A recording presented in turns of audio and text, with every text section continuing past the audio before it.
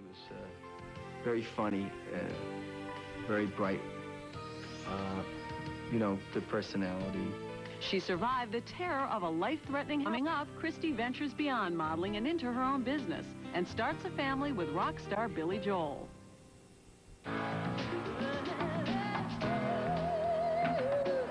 The island of St. Bart's. I had so many modeling assignments there that I would just stay put and people would come to me. We came back to the hotel, and as we were walking to our room, we heard some music in the bar. So we went in there, and Billy Joel was there, Whitney Houston was there, Elle Macpherson was there, and now I was there too. But it was kind of an easygoing bar, and I was drinking one of these frou-frou tropical things with the umbrella and the pineapple in it. And I sat down at the piano, and I was down there pretty much by myself. And I looked up, and there was Christie Brinkley. And it was kind of funny. I was introduced to Billy, and he had gotten severely sunburned that day. He looked like a lobster. He was just the reddest thing in the world, and all shiny and everything. But he was hysterically funny. I mean, we just started laughing and, you know, talking and laughing. And me, having lived in Paris for so long, I didn't really know who he was. And I don't think she recognized me at all. I knew who she was because I'd seen her on some commercials. He said, well, you know, call me when you're back in New York, or I'll call you, and, you know, we'll get together, hang out, or whatever. But I couldn't remember where he said he was staying. He was like staying on top of some hotel in this penthouse, and I thought he said the San Moritz.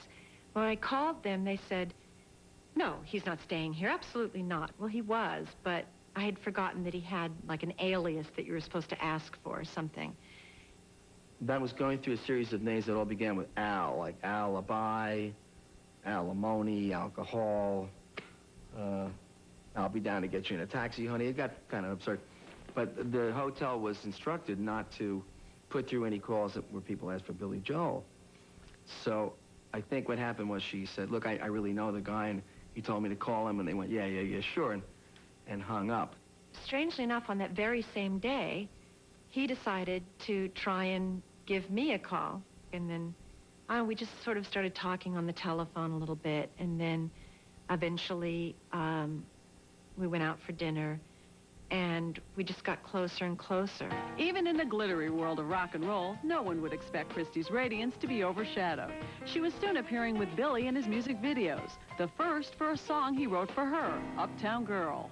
The song Uptown Girl is really done in the style of Frankie Valli and the Four Seasons, like Big Girls Don't Cry and Sherry and Walk Like a Man. And there's actually a Four Seasons song called Rag Doll. Ooh, rag doll, ooh. I love you just the way you are. Oh, that's where I stole that from, Rag Doll. Anyway, the story in Rag Doll is she's the poor girl and he's the rich guy. Well, with Christie, it was the other way around. She was obviously the glamorous model, and here I was, this grubby New York rocker. The grubby rocker and the glamorous model were married in 1985 on a yacht in New York Harbor. Soon after, they decided to have a family. A few days after Christmas in 1985, Christie gave Billy the gift of a daughter, Alexa Ray Joel. When to start a family is really difficult for models because their livelihood depends upon how they look. Not just their face, but their body. I never gave any thought at all to what will happen to my career in terms of losing my figure or anything like that. I tried to go through and have a healthy pregnancy. Here she was a very concerned mother-to-be. Her health has always been a major concern for her. And the precious thought of bringing a child into the world, and so excited, so very excited. I absolutely love being pregnant. I feel that it's the most creative thing a woman can do.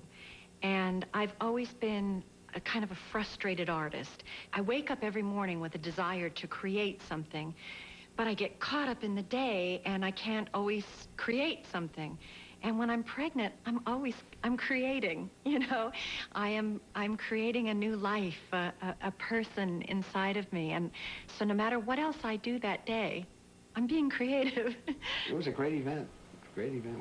We all shared in it, and Christie made a point to see that we shared in it, which was kind of nice.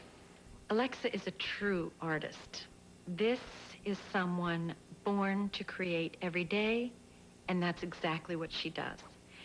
Whether it's drawing, writing, books, poetry, or music, it's just wonderful. She's like this fertile garden that's just blooming with inspiration and ideas just bursting out of her.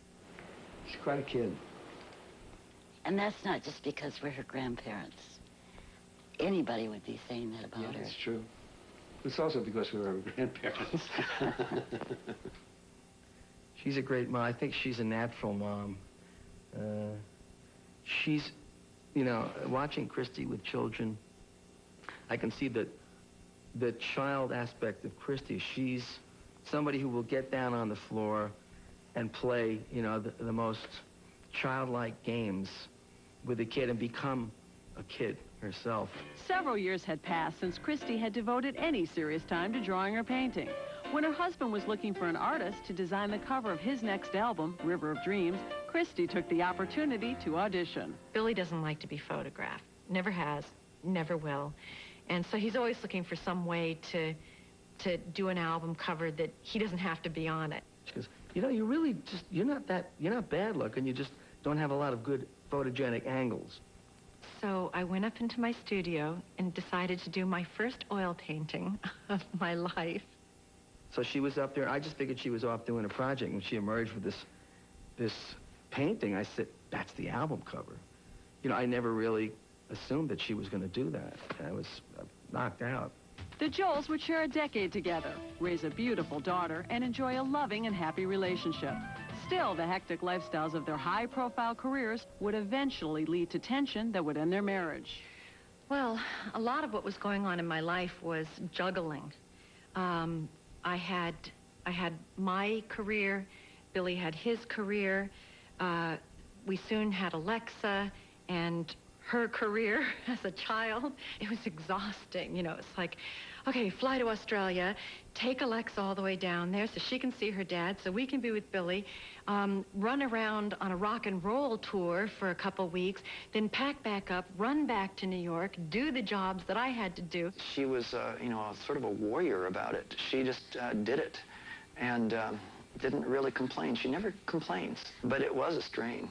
There's a lot of elements that go into a marriage starting to fall apart. And when some of the elements, when I started to notice some of them, I, you know, wanted to address them. I really wanted the marriage to work. I thought it was definitely something worth fighting for.